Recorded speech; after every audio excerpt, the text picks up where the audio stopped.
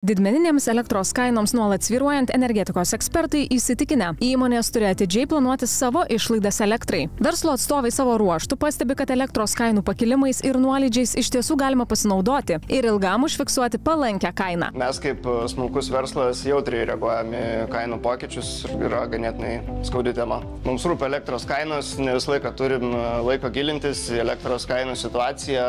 Esame restoranas, tai elektra nėra mūsų pagrindinis verslas. Esame išbandę visokius planus, bet labiausiai pasiteisino užfiksavimas kainos. Kai kainavo berods 40 centų, mes mokėjom 6 centus. Tai sutaupėm labai nemažai.